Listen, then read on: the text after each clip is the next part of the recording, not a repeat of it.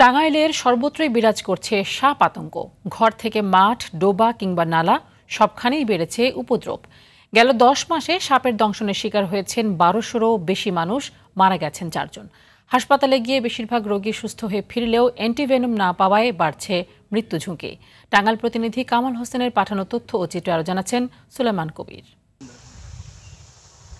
শীত মৌসুমে উষ্ণতার খোঁজে গর্ত থেকে বেরিয়ে লোকালয়ে প্রবেশ করে বিভিন্ন প্রজাতির বিষাক্ত সাপ। ছড়িয়ে পড়ে বসতবাড়ি, মাঠ ঘাট থেকে সব জায়গায়। শীতের মৌসুমে টাঙ্গাইলের পাহাড়ি 4 উপজেলা মধুপুর, সখীপুর, ঘাটাইল ও মির্জাপুরে বেড়েছে সাপের উপদ্রব। চলতি বছরের প্রথম 10 মাসে সাপের দংশনের শিকার হয়েছেন 1278 জন, প্রাণ হারিয়েছেন 4 জন। সাপের যে কাটা রোগীর সংখ্যা সেটা কিন্তু আমাদের দিন দিন বৃদ্ধি পাচ্ছে। এখন যে সাপ বের হয় ভয় পায়, অনেকে ভয় পায়। সেদিনও বের হয়েছিল নদীর ধারে। অধিকাংশই যে সাপে কাটার মৃত্যু হয় তার কারণ হচ্ছে ভ্যাকসিন না থাকার কারণে।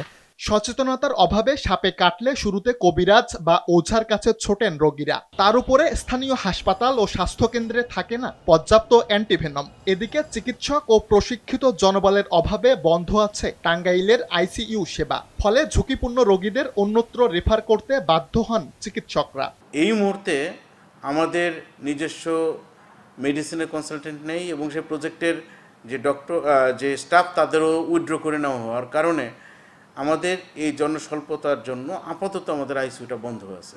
অ্যান্টিভেনম সংকটের বিষয়টি স্বীকার করে সচেতনতা বাড়ানোর প্রতি জোর দিয়েছেন জেলা সিভিল সার্জন কর্মকর্তা। অ্যান্টিভেনম সব হসপিটালেই আছে, তবে পরিমাণে কম। এটা আগে আমাদের সরকার থেকে সাপ্লাই ছিল, এখন সাময়িকভাবে সাপ্লাইটা নেই। এই জন্য নিজস্ব ব্যবস্থাপনায় এটা ম্যানেজ করা হচ্ছে। যে কোনো সাপের কামড়ে মৃত্যু ঝুঁকি এড়াতে রোগীকে দ্রুত হাসপাতালে নেওয়ার পরামর্শ চিকিৎসকদের। সুলাইমান কবির, RTV।